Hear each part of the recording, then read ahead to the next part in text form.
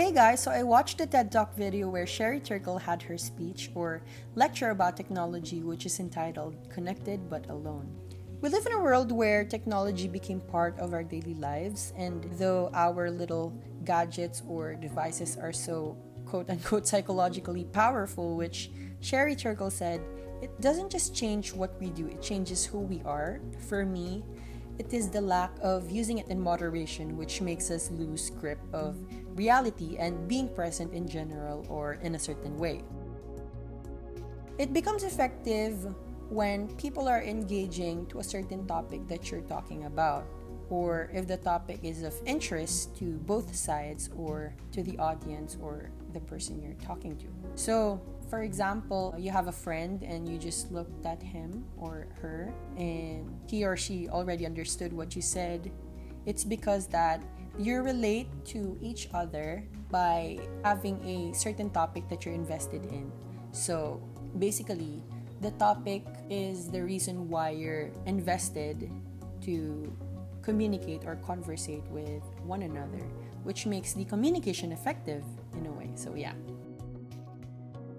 The issue that stuck to me was about the development of solitude, because solitude is when a person separates himself or herself to another to establish his or her sense of self and comes back to form real attachment. If you're not used to being alone, the tendency is if you don't have someone to talk to or someone to communicate with, the tendency is that you get anxious, or in modern slang, it becomes a depressing hour or sad hour to yourself.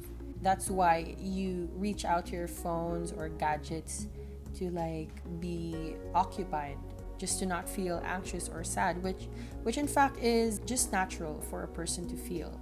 To solve that, we can always practice unplugging so that we learn to not be attached to the virtual world, but rather attached to our reality, which is our home or the place we're in at that time.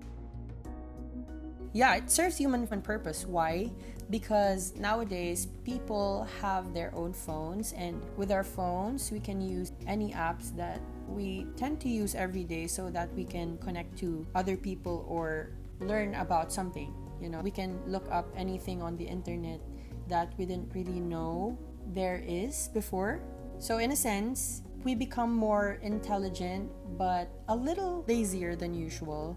So that's the negative part of having technology. But the best part is that we learn to independently know everything through the internet or the technology or the gadgets that we have. So yeah,